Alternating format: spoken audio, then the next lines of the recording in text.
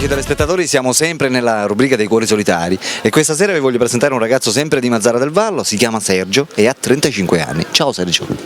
Ciao a tutti. Allora, tu hai 35 anni, giusto? Sì, sì. Sei di Mazara del Vallo? Mazara del Vallo, sì. E cerchi la tua anima gemella? Sì, sì. Allora Sergio, come dovrebbe essere questa tua ragazza ideale? Ma io non cerco grandi... Parliamo fisicamente intanto, come la preferisci? No, vabbè, io cerco una ragazza normale, seria e pare ai miei requisiti, diciamo.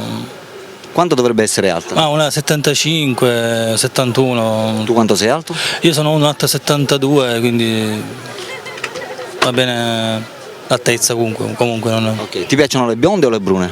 No, te l'ho detto, non... È indifferente per te? Indifferente, sì, non... Dovrebbe lavorare oppure non ha importanza? Non ha importanza il lavoro, prima viene il rapporto sentimentale e poi il lavoro... Caratterialmente come la vai cercando? Dolce oppure trasgressiva? Ma anche dolce... Ti piace dolce e romantica? Romantica, sì, poi trasgressiva nella maniera giusta, senza esagerare. Esatto, parliamo invece dell'età. Tu hai detto hai 32, quindi... Sì.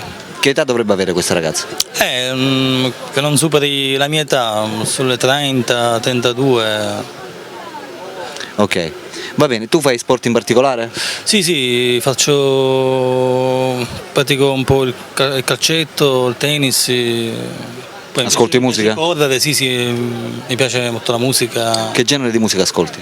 Musica, a parte quella italiana, anche musica straniera. Non mi piacciono le musiche quelle molto forti, diciamo come rock, metal, questi non li ascolto completamente. Va bene. Bene amiche telespettatrici, abbiamo detto Sergio da Mazara del Vallo di 32 anni che cerca la sua anima gemella. Per le ragazze che fossero interessate a Sergio possono chiamare direttamente il suo numero telefonico che vedete in sovraimpressione. Ok? Ciao da Alberto e ciao anche da... Ciao a tutti, grazie. Sergio. Ok, ciao amici, a dopo.